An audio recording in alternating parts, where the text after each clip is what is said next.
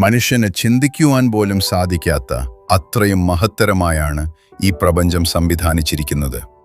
പ്രപഞ്ചത്തെക്കുറിച്ച് അറിയാൻ ശ്രമിക്കുമ്പോൾ തന്നെ അനന്തമായ ഈ വിസ്മയത്തിനു മുന്നിൽ നമ്മുടെ അറിവ് എത്രമാത്രം പരിമിതമാണെന്ന് നാം തിരിച്ചറിയുന്നു.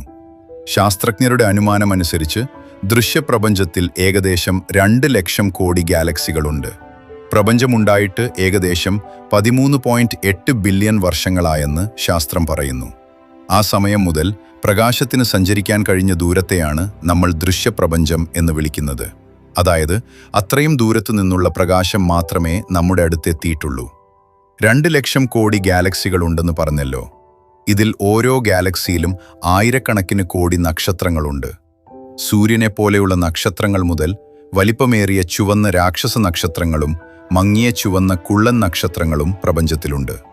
നമ്മുടെ ഗാലക്സിയായ ക്ഷീരപഥ ഗാലക്സിയിൽ ശാസ്ത്ര സാങ്കേതിക വിദ്യ ഉപയോഗിച്ച് നമ്മൾ കൃത്യമായി അടയാളപ്പെടുത്തിയ നക്ഷത്രങ്ങളുടെ എണ്ണം ഏകദേശം 200 കോടിയാണ്. ക്ഷീരപഥത്തിൽ ആകെ 10,000 കോടി മുതൽ 40,000 കോടി വരെ നക്ഷത്രങ്ങളുണ്ടെന്നാണ് ശാസ്ത്രജ്ഞർ കണക്കാക്കുന്നത്.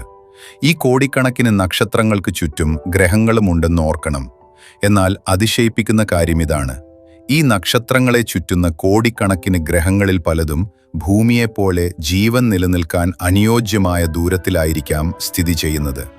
അതുകൊണ്ട് തന്നെ അത്യന്തം വികസിതമായ അന്യഗ്രഹ ജീവികൾ അവിടെ എവിടെയെങ്കിലും ഉണ്ടാകാനുള്ള സാധ്യത തള്ളിക്കളയാനാവില്ല എന്നാണ് ശാസ്ത്രം പറയുന്നത്.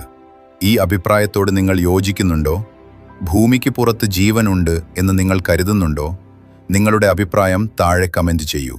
കൂടുതൽ വീഡിയോകൾക്കായി ഈ ചാനൽ സബ്സ്ക്രൈബ് ചെയ്യൂ.